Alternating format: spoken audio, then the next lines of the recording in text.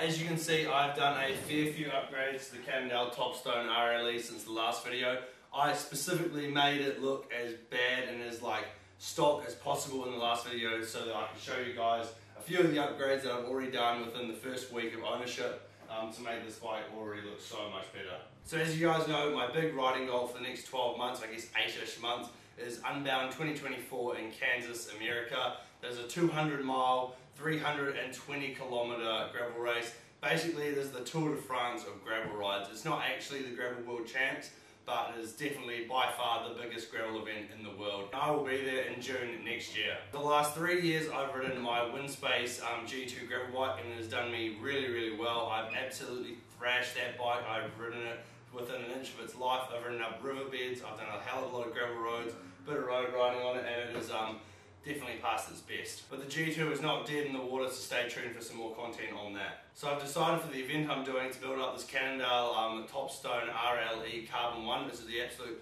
top of the range Cannondale Carbon 1. It's the one without the lefty fork, and it's sitting behind me. So in the last video, I built it straight out of the box. We literally pulled it out of the box, built it at my bike shop, and everything on it was how it came out of the box. Same bars, same stem, every single thing, wheels, tyres, it was dead stock. So out of the box had super wide FSA specific gravel bars with flare, a tiny little 90 or 80mm stem, a really ugly saddle, shallow wheels, they're only about 27mm carbon wheels, nice wheels but very shallow, 38mm gravel tyres which is very, very narrow, integrated lights, full light setup, cockpit and everything. It was fully internally routed throughout the bike, and worst of all, it had that absolutely ginormous chimney on it that just made it look like a real rookie's bike. And since then, I didn't even ride the RLE like that. I literally took it straight to the shop and we cut down the chimney, we put 120mm zip stem on there. Currently have some 40cm FSA bars that I had lying around on there at the moment. Not gravel specific, and they're quite narrow, so they're a bit bumpy on the gravel, but I do have some 38cm zip bars coming that are going to match the stem really, really nicely, but they're just not here until January, so I kind of have to hold fire on that. I swapped out the wheels instantly, and I put a new free hub on my Windspace Loon wheels, so they are now running a SRAM 12-speed, and they are on here at the moment, and they look so much better. And then onto tyres, I have a Schwalbe G1 Race on the back, and then on the rear I have a Continental Terra Speed 45 on the back. So 45 front and rear. I'm just running two different tyres at the moment, because long story short, I had some big punches and one of my tyres let go.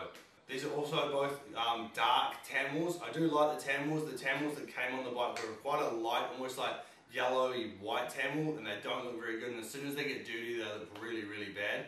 But these are more of like a darker brown goldy tan wall, and they look so much better, and it really looks good with the accents of gold that are already on the Cannondale Topstone. But yeah, all in all, the bike looks so much better. It's got a hell of a lot of mud on it at the moment, which means I've been actually using, I've taken it out for about 4 or 5 rides in the last week and a half, 2 weeks since I got it. And I think I've already done a 100k ride and a 75k ride on it. So I've done a few decent hours on it, and it's so comfortable.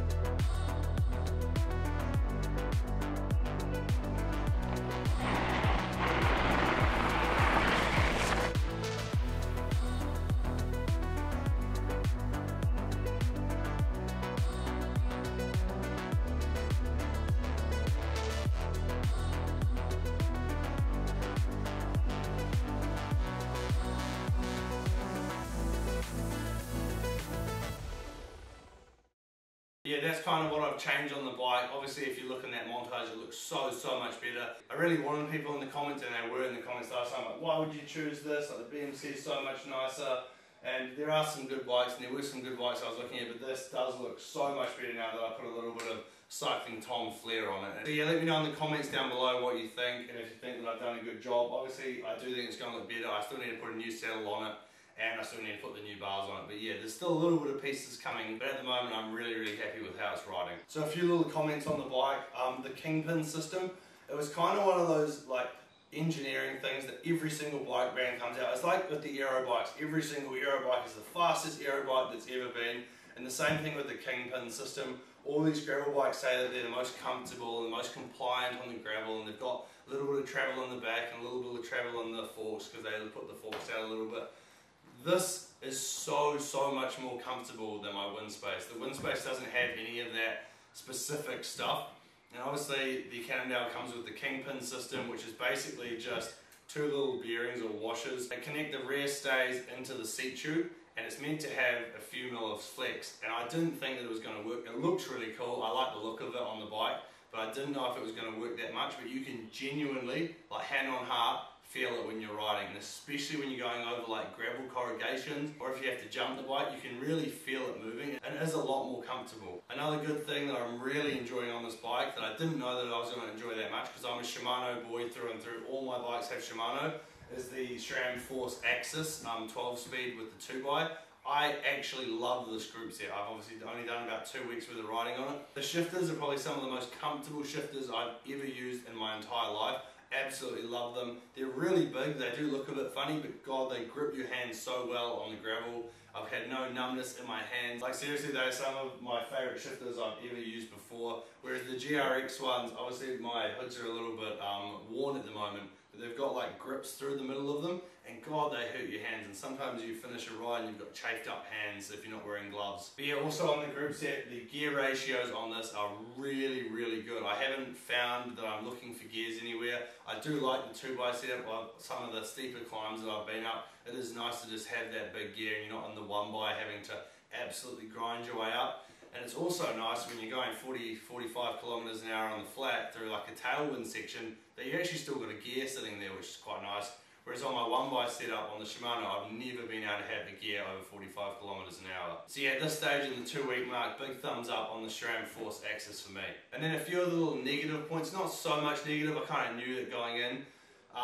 The external cabling and the cable routing on this bike is really strange. I've messaged the rep for Cannondale in New Zealand to ask what the go is with it. Obviously at the front there's not a lot we can do with the cable routing. It's obviously external, there's nothing we can do about it, and it's not that bad. And like, obviously at lower speeds in a gravel race, like we're not averaging 45 kilometers for a stage, you're averaging like 24 to 30 kilometers.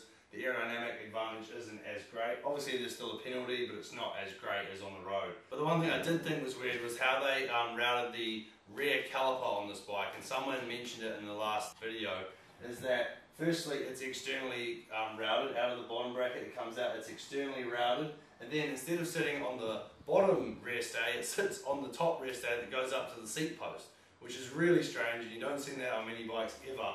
My kind of guess at this stage is it's something to do with the kingpin system and the flex in the different parts of that stay, is that they wouldn't be able to put it there because it would just rub on the disc as it's flexing.